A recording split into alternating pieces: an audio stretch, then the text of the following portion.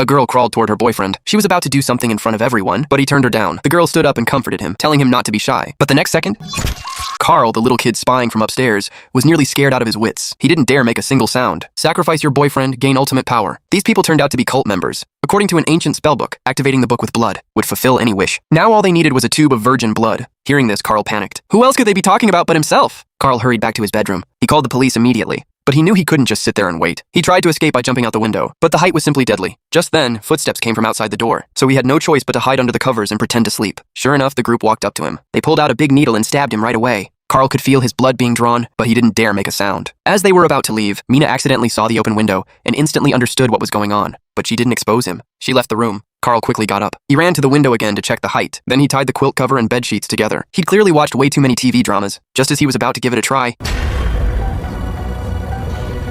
it turned out Mina was the family's nanny. While the adults were away, she had drugged Carl, but the drug took effect much slower than expected. When Carl woke up, he was all tied up tightly, facing these terrifying demons. Carl's heart sank completely. Mina asked if he knew about their business. Carl seized the chance and started his act. He played dumb to buy time, while secretly cutting the rope with a small knife. But there was a mirror right behind him. His little trick was seen clearly. He turned out to be the fool all along. Mina lied to him, saying, all this was for scientific research. That's why they needed his blood. Carl was a clever boy. He said he was willing to contribute to scientific research. Mina said it was all just a misunderstanding, so she told her partner to untie Carl. Just at that moment, police sirens blared outside. Everyone panicked. Mina guessed Carl must have seen something, and then called the police. They couldn't have come at a worse time. They just had to show up right now. Carl could only shout for help, but he was kicked hard by the muscular man. Luckily, the police arrived just in time. They raised their guns and told everyone not to move. Unexpectedly, the muscular man was extremely fierce. He grabbed a weapon and stabbed forward. The hit officer fired his gun the moment he fell. It was really a Pyrrhic victory. It wasn't worth it at all.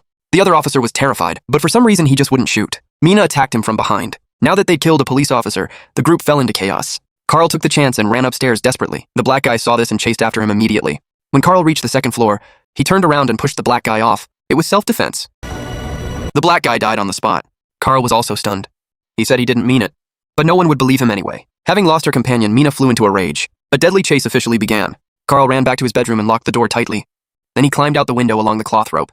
But he was caught up by the muscular man. He pulled Carl upward with all his strength. Carl's small body was about to be dragged back inside. Enduring the pain, Carl quickly fled into the warehouse. There he found a drill and a big firework.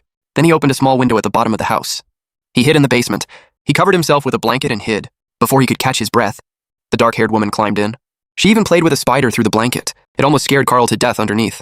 As soon as the dark-haired woman left, he immediately flicked the spider away. By coincidence, the spider triggered a mousetrap. Hearing the noise, the dark-haired woman walked toward Carl with a knife in her hand.